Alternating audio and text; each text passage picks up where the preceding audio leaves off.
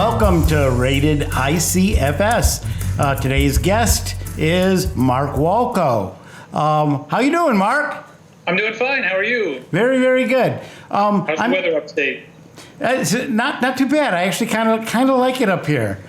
It's friendlier than New York City.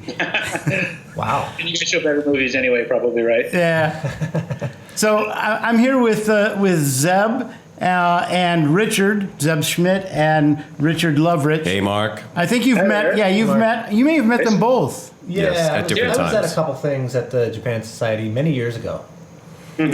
I was there the night of the darts and other Oh, times. wow. We did darts at Japan Society. Now I've done them in Japan, but I didn't know I did them in the U.S. Yeah. It was the screening of, which film was I it, think it did was we Mutant- decide? Mutant Girl Squad. Mutant Girl Squad? Yeah. The Girl Squad was Yeah. kind of crazy. That's the one that got us kicked out of Japan Society. Oh, no, that's At least short term, but yeah. They weren't so happy about that. But then they kicked the guy out who kicked us out, too. So. Oh, A wow. long story. You should ask Paul. So we got Miko Kage's film coming up, Taro Ishii's film, Blind Woman's Curse. Yeah. Tell us about this film. Blind Woman's Curse is terrific. As you said, it was it's a Taro Ishii film, but it's an odd Taro Ishii film in that he was a Toei Studios contract director. Going back to the 60s, he had made many films for Toei, was kind of a big hit maker, but also had his own track of films that were more in the area of his own obsessions. But he had made the Abashiri Prison series for Toei Studios for many years, and most of the sequels. Was that what really made him a name? That's what made him a name, absolutely. I mean, he had done some really awesome early 60s crime films. What do they call them? I think Toei, I apologize, it's New Action was a brand name at Nikatsu. It was called like Toei gangster films. There was a name for them unofficially that I think Kinji Fukasaku applied to those films because he made a few of them too. But they were basically the gang series based on the Japanese name Gangu that they would put in the titles of all these films, meaning basically gangsters. So they were very much styled after American or French gangster noir films, and are really terrific films. I don't know how much of a hit they were in Japan. I mean, they were enough to justify a bunch of sequels, but a lot of them starred Tetsuro Tamba and other actors who were on the Toei payroll at the time. And Ishii did a lot of those, and then he wound up being assigned to the Abashiri Prison series, which were not only the breakout films for him in terms of box office success, but also for Ken Takakura being a lead role. It was coincident with Takakura starring in the Tales of Chivalry series at the same time, but he became just like the top grossing superstar in Japan in the mid-60s as a result of both series. Ishii's Abashiri Prison series they're technically Yakuza films, but they're a bit more melodramatic than the standard form, and involve this honorable guy who's been sent to prison. In the first film, he escapes, and he kind of winds up going back and forth. And they're good, like quintessential examples of what they call the Ninkyo or honorable Yakuza series of films. So that was what Ishii was known for. That's a very long way of saying that Ishii really didn't make films for Nikatsu. And Blind Woman's Curse was a one-off. He did.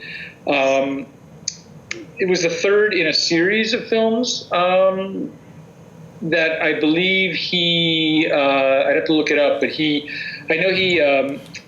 was not in any of the other ones, and he may have directed the second one, but they're completely unrelated. And Blind Woman's Curse is definitely, a thing of its own in terms of tone and style. Yeah, it seems to be like it doesn't fit any one genre. It jumps around from one genre to the next. Had he done that sort of thing? I know he did that later, but had he done that? What we said about doesn't fit into any one genre. pretty much like defines the work of Taro Ishii. He was overall just this genre hopping guy, oftentimes within the same film, and he reveled in it. That's one of the things I love about him. I like to compare him to Ken Russell. Exactly. In terms of like Western directors, a guy who worked Right. in, I mean, any genre he worked in, he made his own. So yeah, this film in particular is unique in that it's early in his career of this kind of crazy genre hopping. The stuff he did in the 70s kind of exemplified it a bit more, some of the torture films he did. But I mean, those started in the 60s. He was doing, a film like the Bugman's Curse came out in 1970, in the summer 1970. And in the fall before that, actually on Halloween Day in 1969, Toei released Horrors of Malformed Men, Right. which, is really another like Billboard title for Taro Ishii. we considered defining his style. we considered showing that, and then I rewatched it, and I said maybe not. Yeah, it is bizarre. And I'm looking up now on the Japanese movie database. I apologize. He did direct all 3 of the Rising Dragon films. Blind Woman's Curse. The Japanese title is like Ghost Story of the Rising Dragon, Noboryu. The which I guess is a reference to like the tattoo on the back of the protagonist.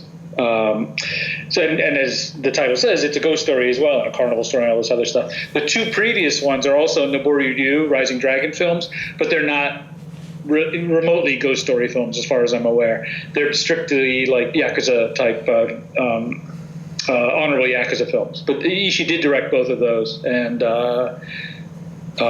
he really like strayed pretty far from the genre with the third one.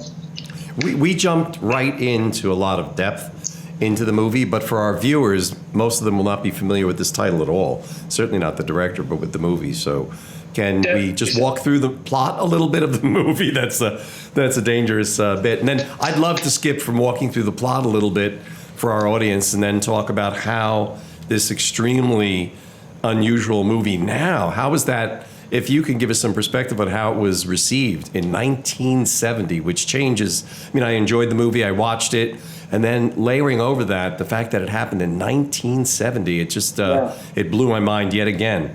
But can we walk through the plot a little bit? Anyone dare? Well, so the film stars Meiko Kaji, who, I guess we should do a separate thread on her. Yeah. So put a pin in Meiko Kaji, we'll get back to her. But stars Meiko Kaji in one of her kind of the last batch of titles. She made it Nikatsu as a starring actress. As the leader of a gang of Yakuza, honorable Yakuza, the Tachibana clan.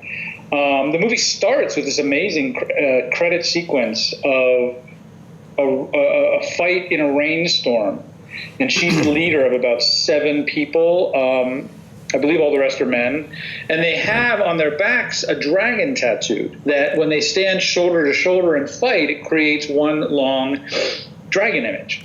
And if they're separated, of course, you only see like a part of the dragon. And it's just this amazing visual opening in the credits with a terrific theme song and rain-soaked fight, just filled with style that sets the right tone for the movie. But it's about. Excuse me, Mark. That multiple person dragon tattoo was such an amazing gag. Like, was that homaged or picked up from someplace, or has it been picked up by other directors after that? It's just so amazing to look at. Not that I can think of, but I mean, it may well have been. I'm assuming it just came from the fevered mind of Taro Ishii. It was so fantastic, yeah. Her Yakuza clan are fighting another clan, of course. She winds up slashing the eyes of one of the antagonists. And then there's a black cat that appears and drinks the blood, which kind of brings in like the black cat ghost mythos, Bakaneko films that were popular in Japan throughout the 50s. Oh, see, I wondered about that. I wasn't sure if it was from Poe, but it's from. No, there's a long-standing Japanese tradition of Bakaneko. So Crazy like Cat? Ghost cat films, yeah. Crazy Cat, Baka. Kuroneko, The Stupid. Shinoda film Yeah. is Stupid Cat. along that line of mythology. But yeah, there were many films like Shinto Studios in the 1950s made a bunch of Bakaneko films, one of which was directed by Nobuo Nakagawa, who did Jigoku. And it stems from the kabuki tradition, I think. So yeah, no, this is a long-standing tradition of that. This is not a Bakaneko film. There's no human a humanized cat ghost that appears in the film, as far as I remember. But it's definitely referencing it. Very cool. So basically, she injures this other member of the enemy clan, and then this blind antagonist goes on like a war of vengeance against her clan and starts murdering all of her Yakuza clan's members. And leaving groovy notes. Moves in and out of a carnival. It throws in, freaks and contortionists and you name it. And so she's kind of stalked by this supernatural villain. Yeah, and a hunchback and a diaper man and Right, all parts of the carnival, exactly. I know in Blinded with Curses, the first appearance, I believe, second appearance, I apologize, third appearance in Teruishi's films of Tatsumi Hijikata, who was one of the creators of the Buto style of dance in Japan. Where Dish would perform mostly naked, like painted white, shaved heads. It was meant to kind of display like human grotesquerie. It's a very controversial Paul, I think style of dance. you gave me a book. You gave me a book a long time ago. Sorry, Mark, of that. I still have it. It was Of the dance? Yeah, of the dancing. Oh. And Dance of Darkness. Really, really, really documentary bizarre. about it too. Yeah. But Hijikata became friends with Ishii. I think Ishii was just a fan of his, and he put him in a cameo role in Orgies of Edo, one of his early anthology films, and then he's one of the leads in Horrors of Malformed Men, and he appears in this as the Hunchback, adding to the sheer weird quality Completely weird. But yeah, so it's kind of like everything with a kitchen sink in this movie. I couldn't even tell what era I was in from time to time. Well, another thing that I think interested Ishii that you see Ishii was a big fan of writer Edogawa Rampo, whose stories were adapted into Horrors of Malformed Men, and were made into many other films that were not made by Ishii. But Rampo's stories are frequently set in the Taisho era, which is the 1920s in Japan, or the Meiji era, which is the one that preceded that. So you get that. The Meiji period is when, in the late 1800s, Westerners were first allowed to officially trade throughout Japan and not just in a couple of trading ports. So you had Western styles infiltrating the culture of Japan in a lot of ways. People embraced it. So, which is why you see like a movie like Lady Snowblood, the Toho films, also starring Meiko Kaji, are set in the late Meiji period with this like rapid industrialization and sort of capitalist influence in Japan. Everything Western was haute couture, and especially men were wearing a lot of Western clothes and sporting mustaches. And it's just this visual style that I think Rampo as well as Ishii found interesting, because it doesn't look like anything else. It doesn't look like modern Japan. It doesn't look like feudal Japan, which is why I think you get a lot of movies set during that period from Ishii. If we get a full house for this movie, I will don the jacket and vest and stinky red sumo pants. I will do it. I thought you guys were going to do have somebody draw the dragon tattoo across all your backs. So you need to get like 5 or 6 people. And Hello, then that's the way to do it. they can come on stage with their backs facing the audience. What a great idea. that's excellent. Hey, Mark, I have a question about the production. I don't know if you know. I felt like some of the production values were a little all over the place. Sometimes it felt like it was really low budget. Sometimes it felt like it was kind of high budget. Is that typical of this director in terms of his style? I mean, I noticed there was like a lot of dolly shots that were very, very just crooked and then some of them were smooth. It was a little kind of jarring. I don't know if that. Well, the Toei, this applies to all Japanese studios at the time in the 60s and 70s, because the golden age of Japanese cinema was the 1950s and early 60s. In terms of when box office was at its highest, and there was this sort of continual slide of the box office and of ticket sales from, I would say, the late 60s into the 70s. It was one of the reasons, for instance, Nikatsu Studio, who produced Blind Woman's Curse, switched over to making entirely like softcore erotic productions in their Roman porno line of films in the early 70s, because mainstream films, standard films, weren't really bringing the audiences in. So at this point, maybe 1969, 1970, they were cranking them out pretty fast. Toei was routinely releasing films on triple features. So you had to have a certain number of films finishing up every week, every 2 weeks, just to fill the theaters. I don't know that Nikatsu was operating at quite that pace, but they were certainly doing double features. And I think the combination of that, short shooting period, and Ishii's own like run and gun style of filmmaking, certainly when he didn't have the A budget of like Abashiri prison films, he was just jamming everything he could onto the screen, given the budget he had. That's definitely true with like his his anthology films, the torture films he did. Occasionally he had a big budget and he had the time to do it. Other times he was just pressed for time. And again, like Ken Russell, you look at his films and sometimes they come off really polished, sometimes they come off really slapdash, and I think it's just indicative of his desires to accomplish something, whether he had the money to do it or not, right? Or the time.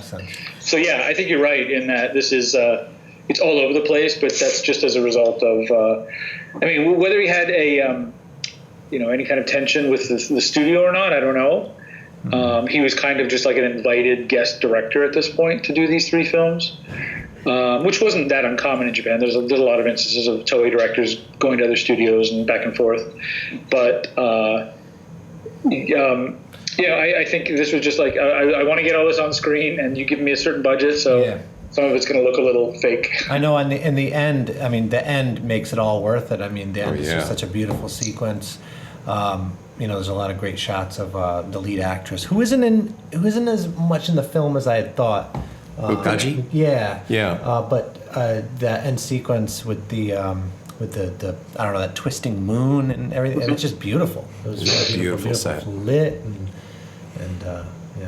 Yeah, and you said it might be a good time to bring up the actress Miko Kaji, who we're a little bit familiar with her because we showed Prisoner Jailhouse 41 last year here.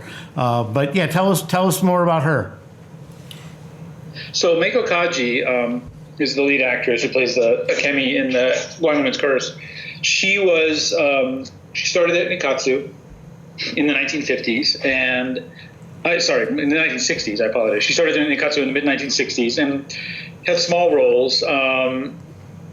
She was originally her real name was Masato Oka, and that's Masato Ota, and that's what she was billed under for her first batch of movies. They were like supporting roles, and she would play like the girlfriend or the little sister of the main guy in a lot of like honorable Yakuza films or romances and things like that. And then in the late 60s, she wound up getting cast in a few harder edge films, and she changed her name at one point to Meiko Kaji at the suggestion of another director, and she wound up being cast as like the second lead in the Stray Cat Rock series. Which you might be familiar with. Stray Cat Rock series were produced by a music company to showcase their star, Akiko Wada, and who plays the lead in the first film. And Meiko Kaji was kind of like her lieutenant in this gang of girl gang bikers. Yeah, I just recently rewatched the entire series. Yeah.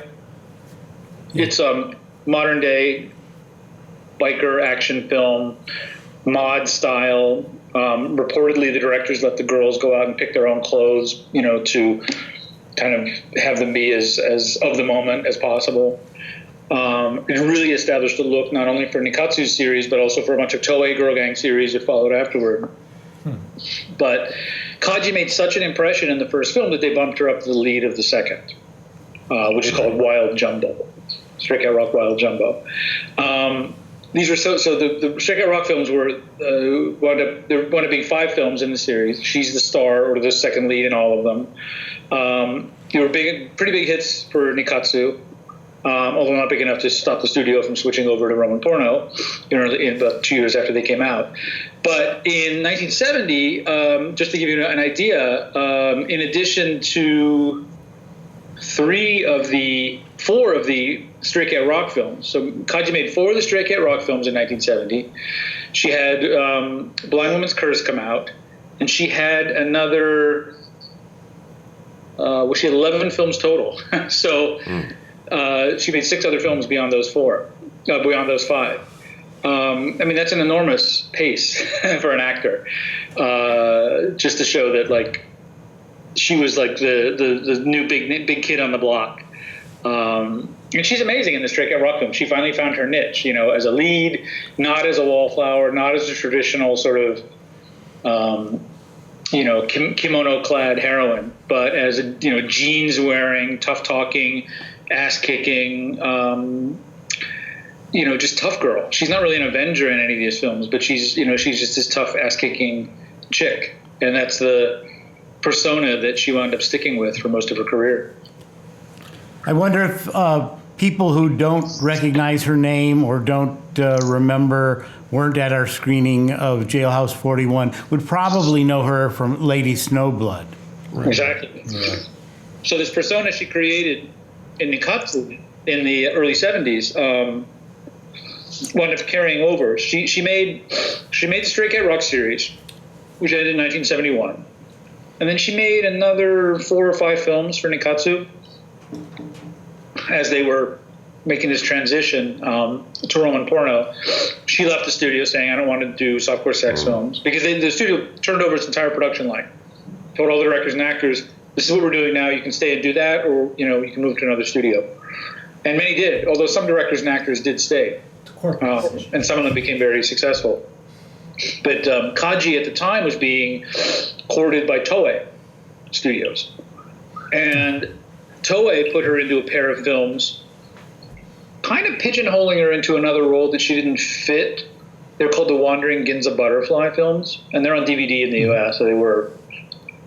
And coincidentally, at the time that Kaji was leaving Nikatsu, Toei was looking for a replacement for their big star, Junko Fuji, who was an older actress who had appeared in a lot of traditional Yakuza films with Ken Takakura.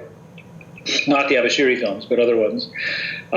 So she retired. She got married and retired, and they were looking for her replacement. So the first thing they did was stick Kaji into the role, not as a period heroine, but actually both Wandering Ginza Butterfly films are modern day, like the Stray Cat Rock films. But the model of her character is still very much in the mold of these traditional Yakuza films, where she's like the honorable, basically sexless, action heroine, Avenger, and I say sexless not in any kind of discriminatory way. The heroes in the male heroes in traditional Yakuza films were sexless also. They were above relationships. They were above emotional connection because they had to dedicate themselves to honor and to justice. Same thing with the female Yakuza heroines, which were a lot fewer, but Junko Fuji was one of them. So they put Kaji into this role where, strangely enough, and Wandering Ginza Butterfly is a weird movie, she's a pool playing champion, like billiards. Oh. So instead of having swordplay duels, they have a billiard match at the end of the movie. It's very weird. Decent movie. Second one's good. Second one has Sonny Chiba in it. But at the same time she was in these films, Toei also had built up a franchise around her based on this female Prisoner Scorpion comic books, and that's what Paul mentioned. And she made 4 of those, and they're just fantastic. They're one of the best series of films ever produced by Toei. And that was just like, between that and Lady Snowblood, which was made for Toho Studios, which poached her from Toei briefly around the same time the Scorpion films were coming out. She had these 3 amazing series, 4 if you count Wandering Against a Butterfly, where she's just playing this amazing tough character, and that was how she got this fantastic persona. So, And just brilliant, powerful physical acting ability. Where, like in the first 2 in the first 2 Scorpion films, she barely has any dialogue. She just acts with her eyes and with her body. Now, we didn't really properly introduce you. I know you from, you were working at Criterion, producing their extras, I believe. And then, of course, when I left New York Asian Film Festival, you filled in, more than filled in. And how do you know so much about Japanese cinema? I mean, you're easily the most knowledgeable English-speaking person that I know on this subject. You're the Donald Ritchie of movies. You don't know that many people, but thank you. I appreciate that. I mean, I just watched a lot of Japanese films. I mean, that was part of it. Well, me too, but I don't remember crap. I wound up learning Japanese, maybe 10 years ago, a little more, through lessons at the Japan Society in New York, and kind of built on it. I started taking Japanese classes, then I started working at the New York Asian Film Festival, then I started meeting Japanese filmmakers because of trips there, and most of them don't speak English, so then I would wind up building up my Japanese through speaking with the filmmakers who don't speak English, and it just everything built on itself. So I would wind up watching more films without subtitles and learning a little bit more and putting myself in situations where I had to use the language without any help, and that led me to dig into more films. And then I wound up kind of around the same time I was doing the Film Fest, and to some degree afterward, I was producing a lot of special features for DVDs and Blu-rays to be released in the U.S. of Japanese films. So that really helped with developing a knowledge of cinema, because I was like either writing liner notes or proofreading liner notes, or hiring people to do audio commentaries, and did a lot of interviews with a lot of filmmakers, including the guy we're going to talk about next, Nobuhiko Obayashi. But I never did get to meet Teruishi, unfortunately. Nor have I met Meiko Kaji, although we've approached her many times to do interviews for these discs, but she's always turned us down. But, I met a lot of other really amazing filmmakers whom I'm happy to have either gotten to interview or gotten to know, some of whom have passed away. When you're talking about the Toei and Nikkatsu 1960s, 1970s films, the filmmakers are all, quite old now, if not gone. Well, gee, thank you so much, Mark. It was really great having you here today. Any last parting shots? I think I very much appreciate you guys having me on your show. Thanks for the kind words and for the invitation. What I would say is I hope you sell out your show of Blind Woman's Curse, and that every audience member approach it with a very open mind. I mean, on one level, the film works just as a cool swordplay action film, but on another level, it's just like the definition of weirdo Japanese cult cinema in the best way. And if you like that, you would ask me how I got to know about Japanese cinema so much. And I always have this feeling that the more I learn, the more I realize I don't know, which is true of a lot of subjects. But Japanese cinema in particular, it's like, oh, I like this movie by, Blind Woman's Curse. Who's the director? Teruishi. Great. Well, how many films did he make? Oh, 200. And then you go, oh, okay, wow. So now I got to somehow dig those up. And how many did Meiko Kaji make? She made about 70-something. Okay, great. And then she started in other films by other directors like Yasuhiro Hasebe or Norifumi Suzuki had made some films for Toei at the same time. And it's just this ever-expanding world. So what I would say is the audience members who like this, remarkably, you can find a lot of these types of films on subtitled DVD and Blu-ray in the U.S., thanks to companies like Arrow and Criterion and Synapse Films and others. So just dig in deep, Google the titles and the filmmakers, and, welcome to a whole new world of weirdness. Thank you very much. Thank you. Thanks a lot. Take care, Mark. Thanks. Take care.